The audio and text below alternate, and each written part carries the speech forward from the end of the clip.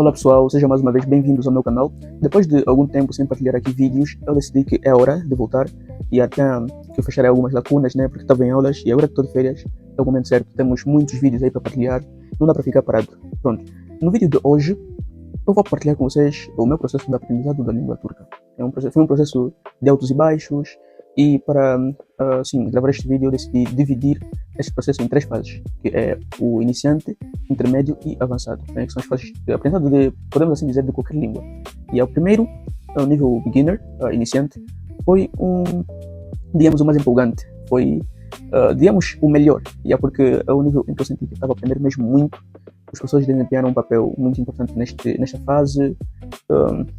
Tinha sempre atividades na escola, passeamos muito, e foi assim um nível que eu posso dizer que eu pude constituir boas bases para o que tinha que vir depois. E nesta fase, apesar de não entender muita coisa, tipo, tu vais para a escola, entras para a turma, e das 9 às 16 a professora vai falando, e tu não entendes realmente nada. Por quê? Porque não é isso de mudar para português ou inglês, é totalmente em turco, e no início tu não entendes nada, e tu sai da escola, tens que chegar em casa, pegar no caderno, para tentar compreender o que a professora falou. E foi assim, e eu pensava, mas será que um dia vou aprender essa língua? Será que um dia vou poder entender o que a professora está a falar? E cá estamos nós, né? Aprendemos. Em seguida temos o nível intermédio, que podemos dizer assim que foi o meu bicho de 7 cabeças, o P1 e o P2. Por que foi o bicho de 7 cabeças? Foi o bicho de 7 cabeças porque nessa fase, realmente, os textos passam a ser muito mais complexos, as tarefas muito mais difíceis. E aí que eu realmente vi que eu estou a aprender muito num ritmo não desejado, estou a aprender um ritmo muito lento e tenho que mudar aqui os meus métodos de estudo. Porque tu já entendes um pouco, mas tu sentes como se estivesses um pouco atrasado. Esta aqui é a fase que eu posso dizer que tu entendes o que eles dizem, mas tu não consegues te comunicar na mesma proporção, não consegues falar com a mesma fluidez que eles. Isso gera uma sensação de atraso, como se estivesses a estudar pouco, ou como se algo em ti estivesse em falta. Mas não é assim, é realmente uma fase que basicamente quase todos presenciam. Eu fui perguntando a meus colegas, eu estava me sentindo desse jeito, como se não estivesse aprendendo. Eles falaram, não, nós também estamos assim, eu acredito que nós acreditamos que é mesmo assim, mas depois vamos superar. E foi isso que aconteceu, já no nível C1, no nível avançado, foi um nível muito lindo, muito bonito, porque realmente foi um nível em que você, além de entender o que as pessoas falam, você também consegue se comunicar com fluidez. No nível avançado, já consegues ir a um banco, tu consegues ir a um restaurante, tu consegues ir a um mercado, qualquer lugar, tu consegues te comunicar com fluidez e entender as pessoas normalmente. E é neste nível que eu olho para trás e vejo que realmente valeu a pena todo o esforço, toda a dedicação. E hoje conquistamos o tão almejado certificado de proficiência, certificado C1, e este certificado comprova que conseguimos nos comunicar, ou que pelo menos passamos pelas fases que são estabelecidas por norma. Então, além de falar do processo, dos desafios, também é necessário aqui destacar alguns erros que eu cometi logo no início, principalmente quando eu pisei aqui, foi ter falado muito inglês no princípio.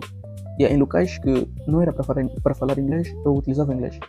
Por exemplo, com amigos que falam, por exemplo, francês, mas com outras línguas nacionais, outras línguas de África, né? E não só árabe. Eu ia tentar falar sempre inglês com eles.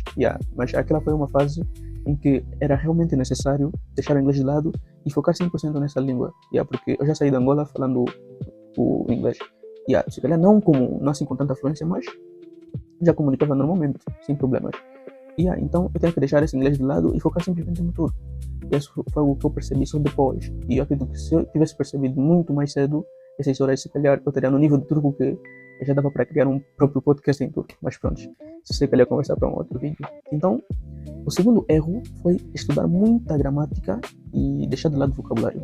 Isso é algo que eu acredito que não muitas pessoas cometem. Eu acredito que é um erro que simplesmente eu cometi, porque eu ouvi as pessoas a conversar dentro de palavras, novos verbos, palavras novas, mas eu estava sempre com aquelas que eu aprendi no A1, A2, isso fez com que